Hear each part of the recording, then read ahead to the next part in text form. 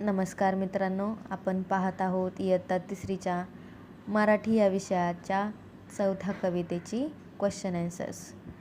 तर मी आशा करते कविता तुम्ही वाचली असेल नक्कीच। आपण पाहणार आहोत या कवितेचे प्रश्न इथे आहेत आणि इथे मी प्रश्नांची उत्तरे लिहिलेली आहेत। पहिला प्रश्न तुम्हाला दिसतच आहे, एका शब्दात उत्तरे लिहा असं आहे। त्यातील अ आकडा थोडेसे जरी ऊन लागले तरी रुसणारे कोण? उत्तर आहे पाणी।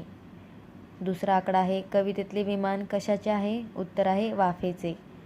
तिसरा आकडा ई, पाणी कसे असते? उत्तर आहे नितळ। चौथा ई आकडा, हवा कशी आहे? उत्तर आहे गार। आता इथे प्रश्न दुसरा आहे, यमक जुळणारे शब्द। त्यामध्ये पहिला आकडा आहे रुसून, त्याचं यमक आहे बसून। दुसरा आकडा आहे हस्त, त्याचं यमक आहे रुस्त आणि असत, दोन्ही पण यमक आहेत। तिसरा आकडा आहे धार, त्याचं यमक आहे पार व गार। हे इथे दोन्ही सुद्धा यमक आहेत आणि ते बरोबर मॅच होतात।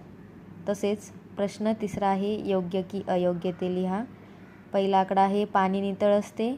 हे वाक्य योग्य आहे, पाणी नितळच असते। दुसरा आकडा आहे, पाण्याची वाफ होत नाही। हे अयोग्य वाक्य आहे, कारण पाण्याची वाफ नेहमी होते।